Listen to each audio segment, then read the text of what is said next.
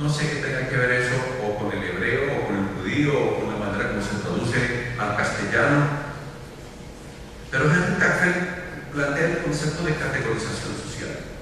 Y sobre el concepto de categorización social, Tafel, entre tantas cosas, propone las siguientes. Primero, la categorización social cumple un efecto sobre la percepción social.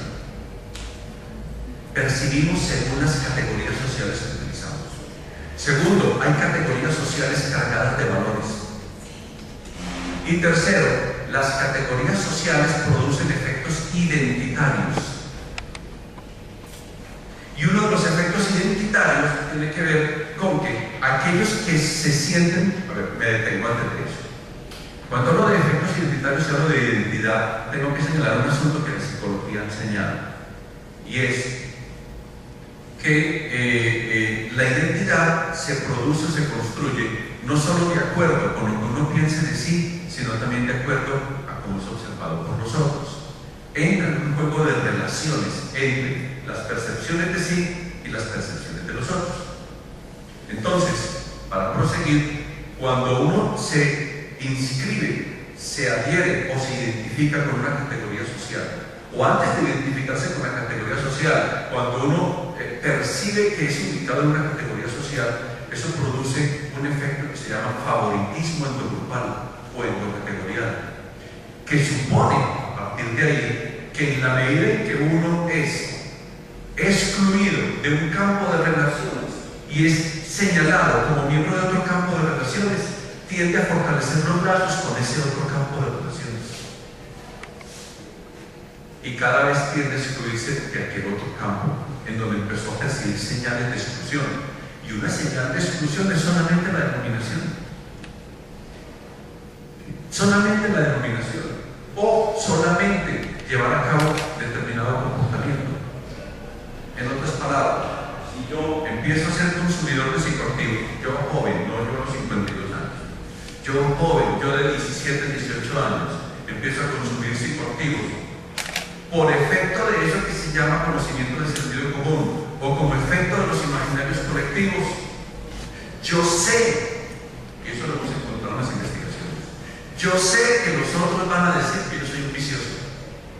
Yo sé, no se lo tengo que escuchar a nadie, porque es que yo me crié en un mundo en el cual he escuchado a esos otros que le dicen de nosotros que son viciosos.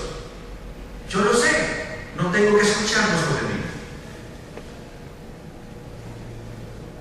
En ese sentido, el consumo de psicoactivos también es algo más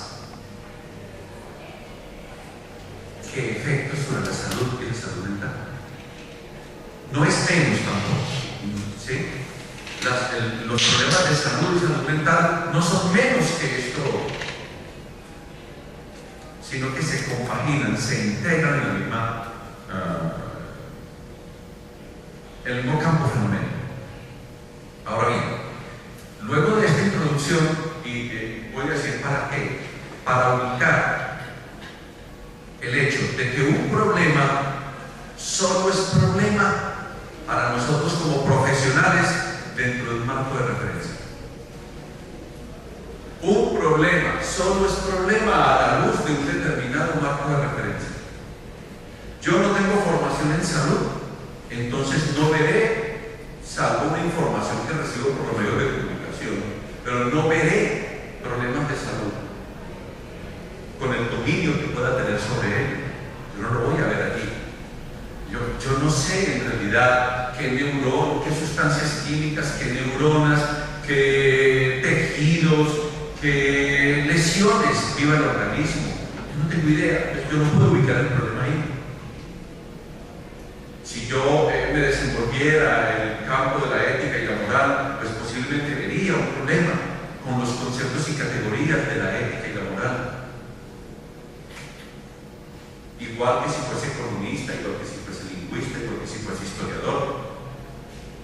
Yo en particular me ubico en esos límites borrosos entre la psicología y entre la sociología y la psicología social. Y entre esos límites borrosos logro detectar algunas cuestiones.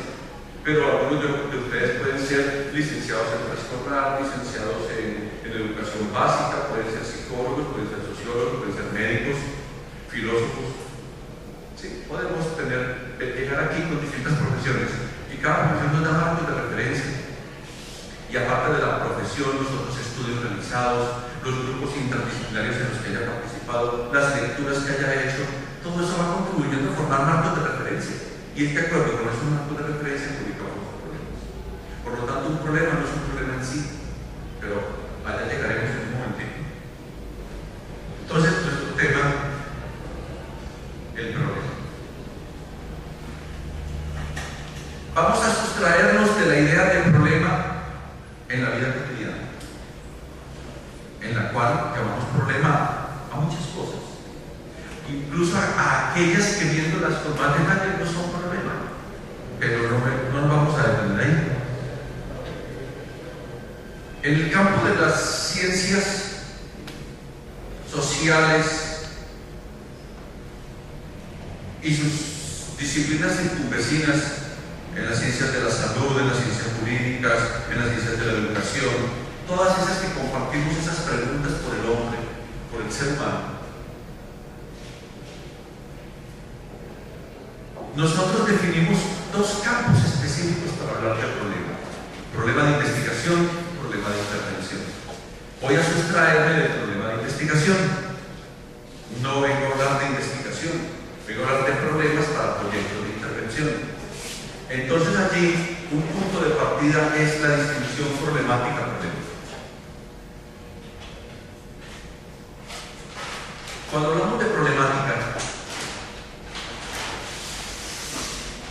nosotros estamos haciendo referencia a un conjunto de hechos o situaciones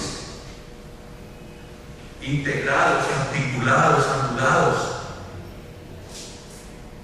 que en un contexto y en situaciones determinadas tienen efectos, para este caso, sobre una población.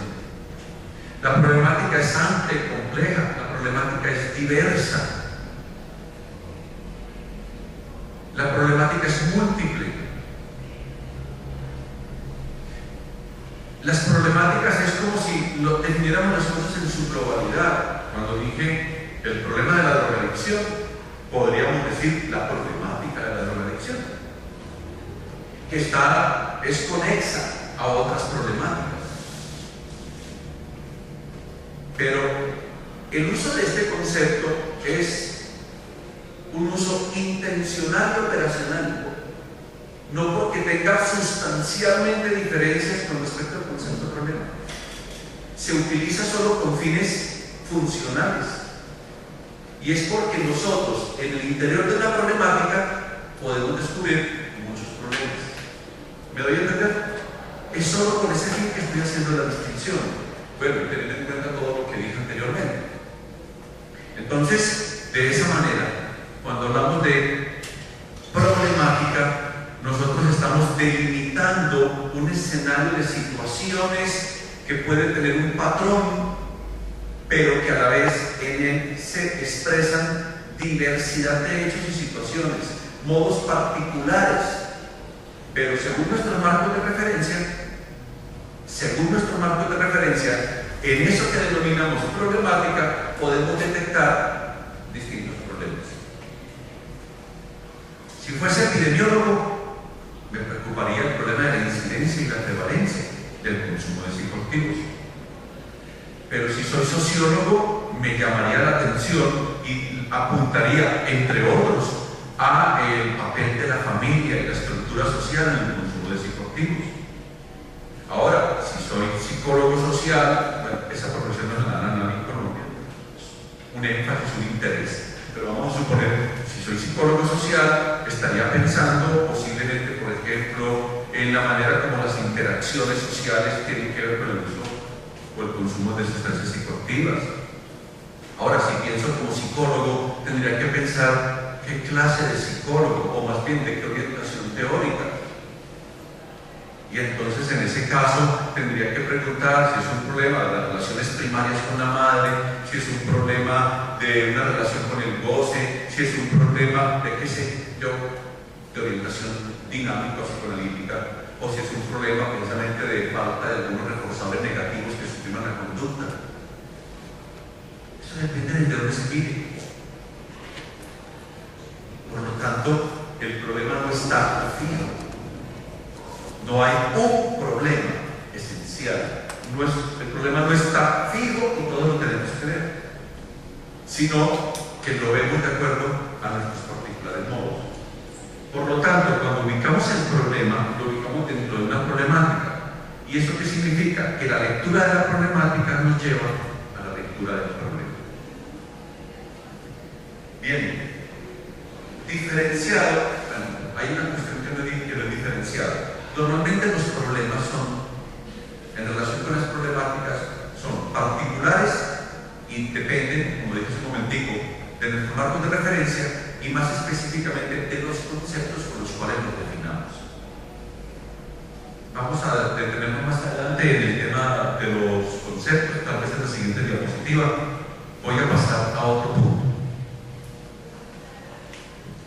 ¿Cuándo o cómo hacemos para considerar un problema en nuestra práctica cotidiana? Cotidiana profesional.